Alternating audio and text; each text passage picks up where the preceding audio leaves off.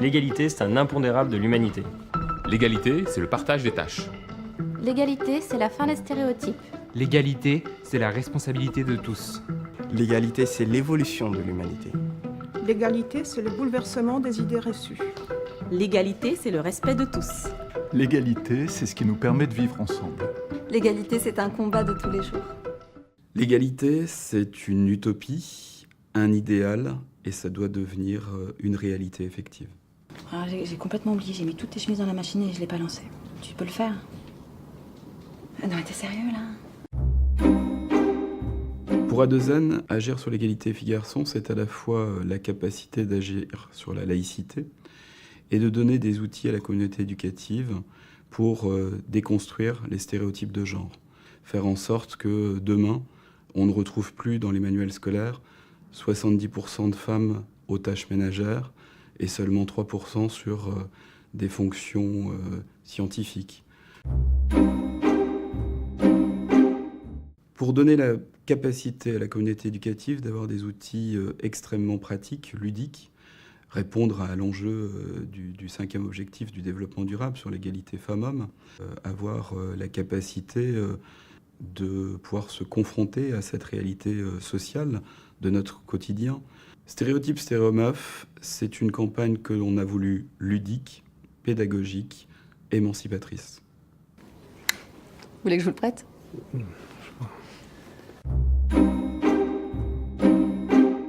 L'importance de traiter un sujet dès le plus jeune âge, c'est qu'en fait les enfants enregistrent absolument tout et tout ce qu'on va leur raconter dans les premières années ou tout ce qu'ils vont vivre dans les premières années vont les construire et vont ancrer leur comportement dans leur vie future. Donc il est important dès le départ de désamorcer les stéréotypes.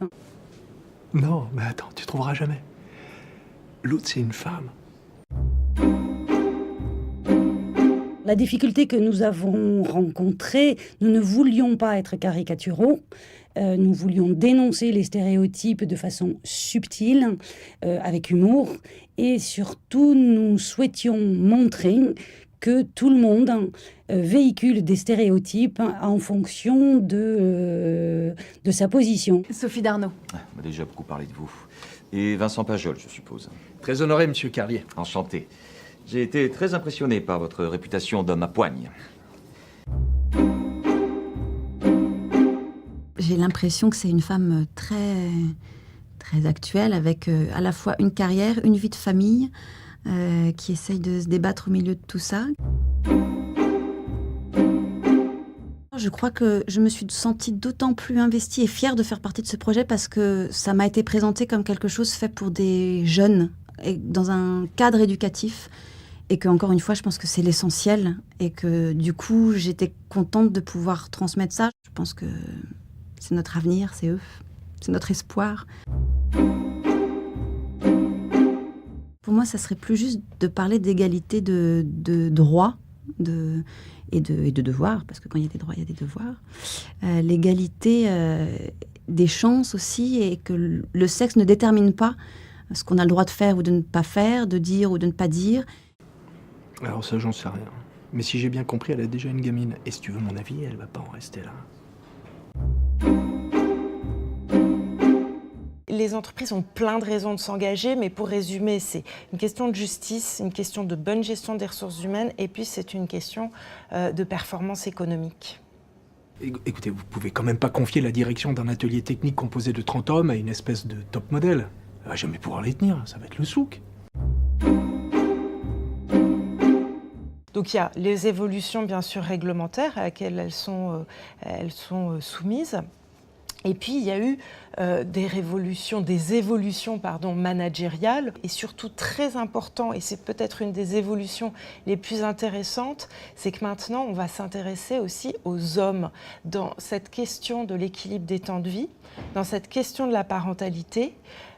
aujourd'hui, ce qui est important, c'est de dire aussi aux hommes, bien, les femmes ont été victimes de stéréotypes, elles le sont encore, mais les hommes également le sont. Ce qui fait que de jeunes pères aujourd'hui se sentent bloqués dans l'entreprise parce qu'ils ont le sentiment qu'il faudrait qu'ils terminent à 20h pour avoir l'air sérieux, il faudrait que ce ne soit pas eux qui aillent chercher les enfants à l'école, etc.